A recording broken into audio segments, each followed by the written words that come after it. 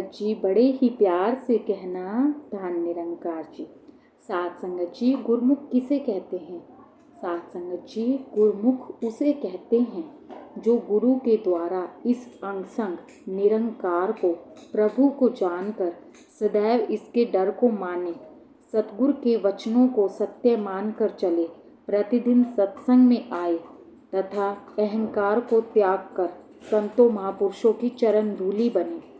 कभी भी किसी के साथ भी धोखा, छल, कपट आदि ना करे, किसी महापुरुष की निरादरी ना करे, उठते बैठते तू ही निरंकार का सुमिरन करे तथा अपनी की हुई भूलों के लिए क्षमा मांगता रहे और जितना परमात्मा ने दिया है उसका शुक्राना करता रहे। वास्तव में ऐसा व्यक्ति ही गुरुमुख होता है। ज्ञान लेकर यदि कोई इसे प्रयोग ना करे, इसके अनुसार अपने जीवन को ना बनाए, अन्य महापुरुषों के साथ नम्रता का व्यवहार ना करे, बल्कि अहंकार में आकर उनका अनादर करे, तो उसे ज्ञानवान होने के बावजूद भी इसका पूरा आनंद नहीं मिलता। इसके उल्टा अगर किसी ने कुछ समय पहले ही ज्ञान लिया हो और उसी समय से अर्पण भाव में आ गया हो, हुक्मी बंदा बन गया हो, तो अवश्य ही उसका जीवन आनंद से भर जाएगा। कोरी जानकारी हमारा कुछ भी संवारने वाली नहीं है। जानकारी को हम तब तक अपने जीवन में प्रयोग नहीं कर सकते, तब तक उसे अपने आचरण में कोई रूप नहीं देते, जब तक हमें उस जानकारी से कोई लाभ नहीं पहुंच जाता, तब तक हम जीवन में सफल नहीं हो सकते। इस परमात्मा को जानने के बाद, ज्ञान के बाद इंसान का कुछ कर्म भी बन जाता है। जिस प्रकार किसी मरीज को डॉक्टर जब दवाई देता है तो साथ में परहेज भी बता देता है, मरीज के लिए दवाई के साथ साथ परहेज करना भी जरूरी हो जाता है। इसी प्रकार ज्ञान लेने के साथ ही इंसान को बता दिया जाता है कि अब तूने सबके लिए भला मांगना है, सबके सुख की कामना करनी है, तूने किसी का दिल नहीं दुखाना, तूने कुछ भी छल कपट नहीं करना। अगर इन बातों को हम जीवन में ढालेंगे तभी हमें ज्ञान का पूरा फायदा होगा। और अगर हम किसी का सत्कार नहीं करते, दूसरों का दिल दुखाते हैं, तो हमें ज्ञान का लाभ नहीं मिल सकता। साथ संगत जी, कहने का भाव ये है कि अगर हमें गुरु का ज्ञान प्राप्त हो गया है तो हमें भी उस दवाई के साथ जो डॉक्टर ने परहेज बताए होते हैं, ठीक उसी प्रकार ज्ञान लेने के साथ भी कुछ परहेज होते हैं।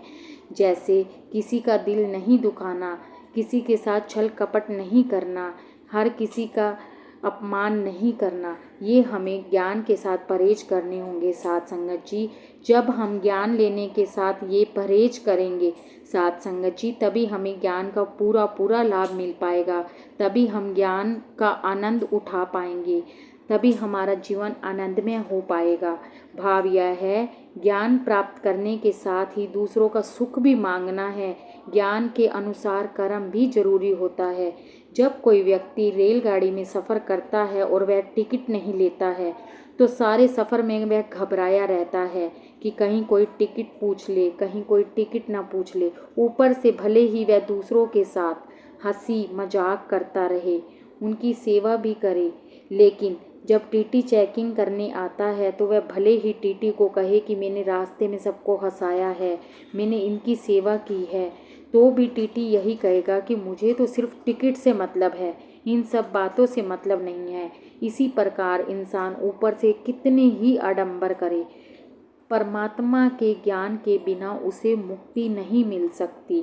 दूसरी तरफ अगर इंसान ने टिकट ले लिया लेकिन सारे सफ़र वह दूसरों को तंग करता है, दूसरों को सीट से उठाकर खुद आराम करना चाहता है, दूसरों से लड़ाई झगड़ा करता है, तो डिब्बे में दूसरे यात्री यही कहते हैं कि यह कितना बुरा इंसान है, अगर यह अगले स्टेशन पर ही उतर जाए तो बहुत ही अच्छा होगा। उस व्यक्ति को टिकट लेने के बाद भी सफ़र का आनंद नहीं प्राप्त हो सकता। इतना ही नहीं, यदि वह नियमों का पालन नहीं करता, दंगा करता है, फसाद करता है, तो टिकट होने के बावजूद भी उसे जेल की हवा भी खानी पड़ सकती है। यही स्थिति परमार्थ में है, ज्ञान में है। ज्ञान हो लेकिन उसके साथ किरदार ना हो, बल्कि बुरा व्यवहार हो, तो ज्ञानवान का भी नुकसान से नहीं बच सकता।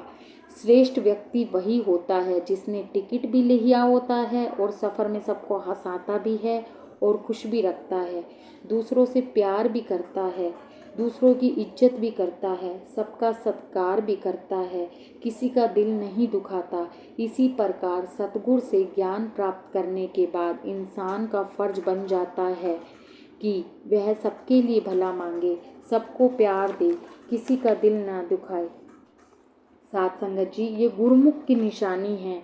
गुरुमुख जब ज्ञान ले लेता है तो उसे पता लग जाता है कि जीवन में क्या सही है क्या गलत है। अगर हम कुछ गलत करने लगते हैं तो हमें गुरु का ज्ञान याद आ जाता है। हमें उस निरंकार का कि हमें ये हमेशा याद रखना चाहिए कि हमने उस निरंकार के ज्ञान का कवच पहन रखा है। तो अगर कोई हमारा अपमान भी करता है, हमें भला बुरा भी कहता है, लेकिन इस निरंकार के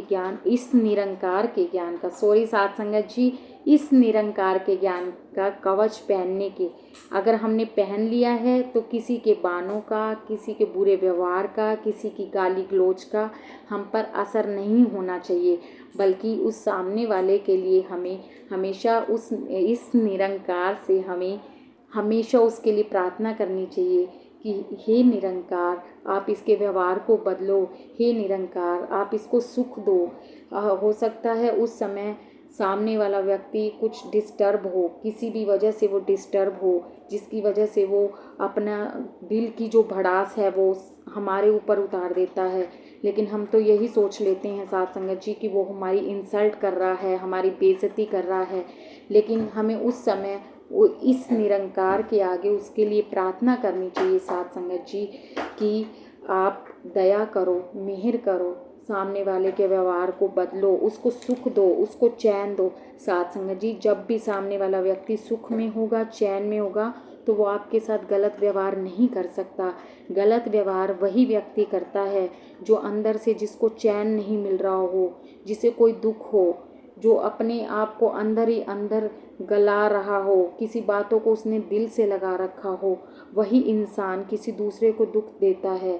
साथ संगत जी, जो खुद ही शांति में है, जो खुद ही सुकून में है, साथ संगत जी, वो किसी को भी दुख नहीं दे सकता। साथ संगत जी, और जब भी हम सत्संग भवन में जाएं तो हमें हमेशा सीखने की भावना से जाना चाहिए। जब भी हम सत्संग भवन में जाएं हमें विनम्र बनकर जाना चाहिए, क्योंकि अगर इंसान अभिमानी बनकर सत्संग में जाएगा तो वो कुछ भी नहीं सीख पाएगा और ना ही वह ऊंचाइयों को छू पाएगा। इसीलिए जब भी हम सत्संग में जाएं साथ संगत जी, हमें इस भाव से जाना चाहिए कि हमें कुछ नहीं आता निरंकार, हमें कुछ नहीं आता।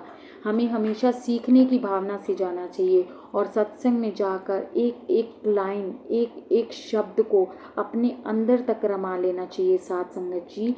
एक एक शब्द इतना महत्वपूर्ण होता है कि अगर हम एक लाइन तो छोड़ो, एक शब्द को भी अपने जीवन का हिस्सा बना ले, उसे अपने जीवन में उतार लें, तो साथ संगत जी हमारा बेड़ा पार हो जाएगा। साथ संगत जी, हमें इस निरंकार प्रभु का पल पल सुमिरन करना है और जैसे जैसे हम सुमिरन करते हैं इस विशाल निरंकार प्रभु से हमें और भी ताकत प्राप्त होती है।